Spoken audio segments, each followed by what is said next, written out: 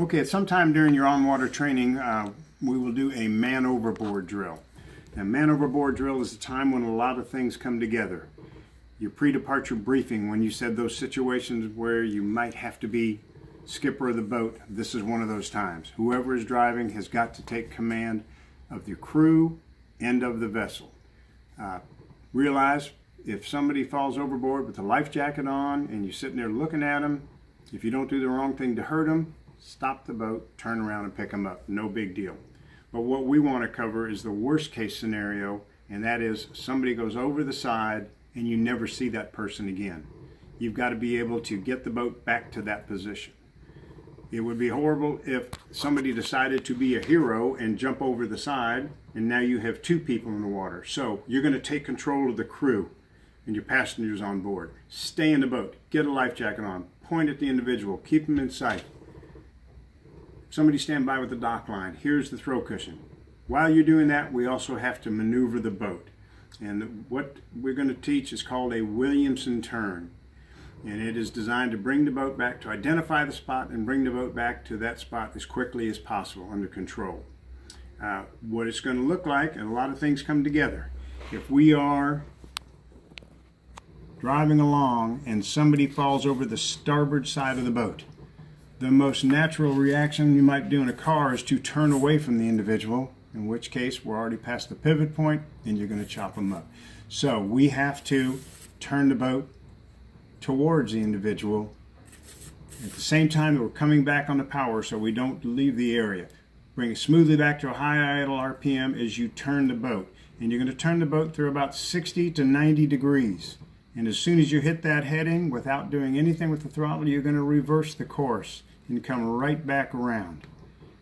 Looking for your course. It is going to look like this. You're coming here, you turn out as you power back, and then you start your turn back around as you're coming in. And when you're lined up at this point, looking down, that individual is going to be right there at the turn of your wake.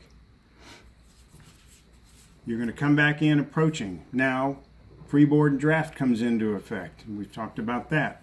If the wind happens to be over here, my technique is to put the boat between the wind and the person so that it blows them in there. As we're coming back in, we're also going to be thinking about freeboard and draft on a type 4 flotation, your throw cushion. If the wind's blowing like that, you throw it to them. That's as far as as close as they'll ever get to it. So bring the boat in, put it back here, slow it down, and then you start the recovery procedures. So it's called a Williamson turn. If your hat blows overboard, this is the quickest way to get back. So it's a quick power back to a high idle RPM, turn the boat back around, bring it back down the course, straight into the individual. Okay? We'll practice that sometime. Obviously, if the individual had gone over the other side of the boat, it would be a reverse maneuver, but we're going to leave that to the imagination because the drawing doesn't look real good. So it'd obviously be a turn in the opposite direction and back around. So that's called a man overboard. We'll try that. Again, if somebody's in the water, you see them, it's no big deal. Stop the boat, turn around and pick them up. In the recovery procedures, nobody goes in the water unless they have a life jacket on to help the individual out of the water.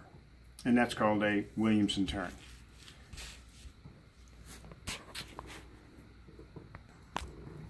Okay, another thing about the man overboard drill we want to cover for sure is if we come back in here and we never see that individual again, kind of an important point. We don't have long. The wind's moving us, blowing us, the wake is dissipating. We want to be able to locate this spot. We talked about navionics and the little yellow arc on there. Maybe this is one time when you want to start that little yellow arc. Maybe we go to Google Maps and drop a pin on the spot. Failing all else, we'll get a couple bearings, look around so we can identify the spot to tell search and rescue where the last place we saw that person would be. Okay? You starting? Okay. We want to cover next is anchoring the boat. We'll practice that, but just procedurally, anchoring is totally a wind-driven maneuver. We are going to prepare for anchoring by getting out the anchor and enough road to clear the boat. If I want to anchor in a spot right here and the wind is blowing in this direction, I'm going to bring my boat to that spot and past it, and then my terminology, stop the boat. When the boat stops, the wind's going to start doing its thing. It's going to start rotating and displacing the boat. At that time, you're smoothly going to go over the side with the anchor. We're not going to throw it over the side. Good time to damage it or get hurt. Get stabilized, let the anchor over the side. Let it go down until it hits the bottom. When it